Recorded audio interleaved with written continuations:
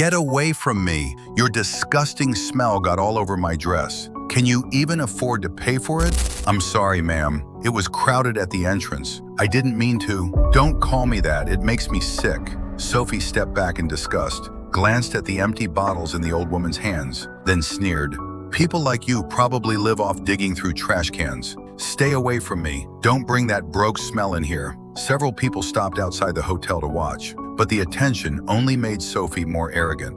Tonight she was attending Ethan's family dinner. Ethan came from old money, and Sophie had spent years reinventing herself as high society. She believed if tonight went well, she'd finally enter that world for good.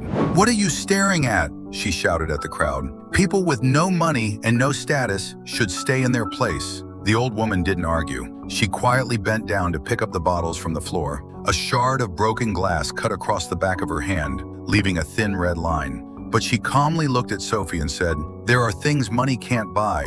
Manners is one of them." Sophie laughed coldly. She pulled out $2 bills and threw them at the woman's feet. "Go buy yourself some soap and wash those filthy hands. And remember this, you'll never be worthy of walking through those doors." Then she turned and walked into the hotel without looking back.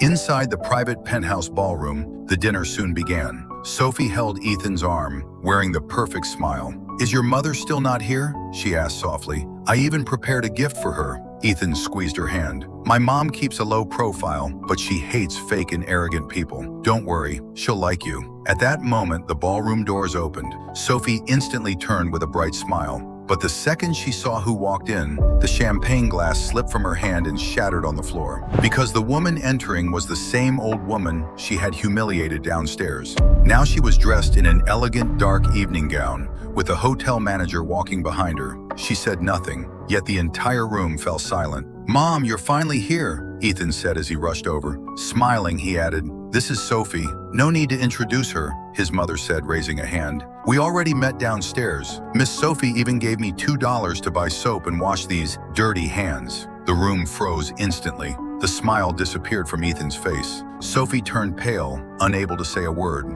Ethan's mother placed the 2 crumpled bills on the table and said coldly, "Now I know exactly what kind of woman does not belong in this family. Anyone who humiliates the elderly in public and mistakes cruelty for class will never belong here." She stared directly at Sophie and said, word by word, "You said I wasn't worthy of entering those doors. Now I'm giving those words back to you. Sophie, leave, right now."